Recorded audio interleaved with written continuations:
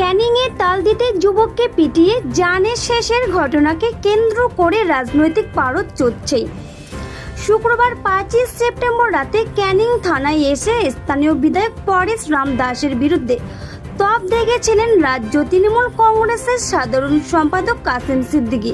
দলের রাজ্য সাধারণ সম্পাদক হলেও তাকে পাল্টা দিতে বলেননি ক্যানিং পশ্চিমের বিধায়ক পরেশ।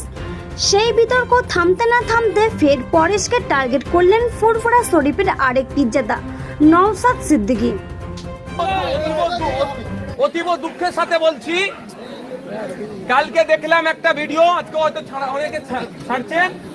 আপনাদের এলাকার সম্মানীয় বিধায়ক মহাশয় তার অফিসে ডেকে নিয়ে গিয়ে কত টাকা আর্থিক সহযোগিতা করেছে, যাই হোক হয়তো তিনি তিনার কাছ থেকে করেছেন, ওই বিতর্কে আমি জড়াবো না। তবে আমি আশা করব বিধায়ক মহাশয়কে এখানে উপস্থিত হতে আমি আশা করব।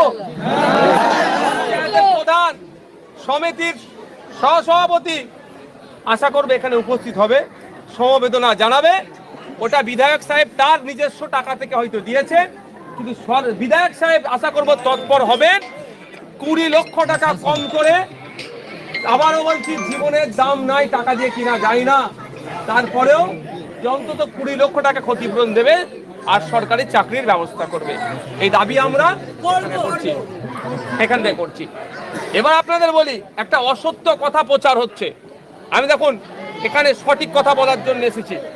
কি বলা হচ্ছে যতটুকু শুনলাম, বিধায়ক সাহেবের মুখে শুনিনি, তার ভক্তকুলেরা বলছেন তিনি নাকি 8 দিন হসপিটালে ভর্তি ছিলেন। আমি দায়িত্ব নিয়ে বলতে পারি এটা অসত্য কথা, সত্য নয়। এটা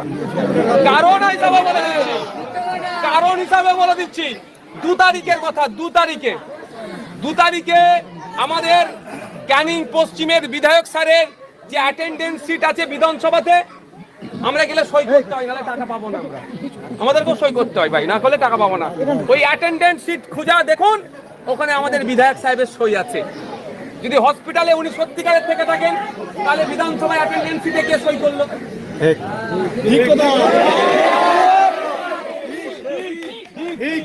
আর আমি যদি ভুল না দেখি, আমার চোখ যদি না ভুল হয়, আমি 2 তারিখে আমার পেছনে আমি যেখানে বসি, আমাদের পরেশরাম দা ঠিক আমার একদম ব্যাক সাইডে বসে, একদম কাছে, আমার উল্টোই একদম পিছন দিকে।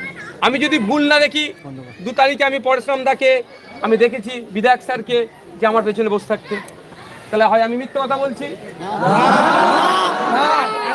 দেখা হোক, আর নাহলে 3 নম্বর পরেশরাম বাবুর যারা ভক্তকুল আছে আমরা আশা করব পরেশরাম বাবু এখানে আসবেন, আশা করব প্রতিমা মণ্ডল মহাশয় এখানে আসবেন। কারণ এটা ছোটখাটো বিষয় নয়। একটি ছেলেকে, যেটা আমরা উত্তরপ্রদেশ বিহারে দেখতাম এতদিন, সেটা আমাদের রাজ্যে হচ্ছে, এটা মেনে নেওয়া যায় না। এটা যারা করেছে তাদের বিরুদ্ধে আমাদের লড়াই, সাধারণ মানুষের বিরুদ্ধে আমাদের লড়াই নাই। আমি কটা দিন অপেক্ষা করব, যদি দেখি সব ঠিকঠাক চলছে তো ভালো কথা, অর্থাৎ ক্ষতিপূরণ পেয়েছে, সরকারি চাকরি পেয়েছে, এবং তাদের যারা খুন করেছে তাদের বিরুদ্ধে সঠিক ব্যবস্থা হচ্ছে। একটি ব্যক্তি যার বাড়ি মৌখালীতে, সে এই খুনের সাথে যুক্ত, আমরা তার লোকেশন আমাদের লোকেরা থানাকে বলছে, তাও তুলছি না। তাহলে নাটক হচ্ছে তো। এই নাটক যদি চলতে থাকে, এর জবাব নেওয়ার জন্য কিন্তু আমি এখানে মিছিল মিটিং করবো। আমি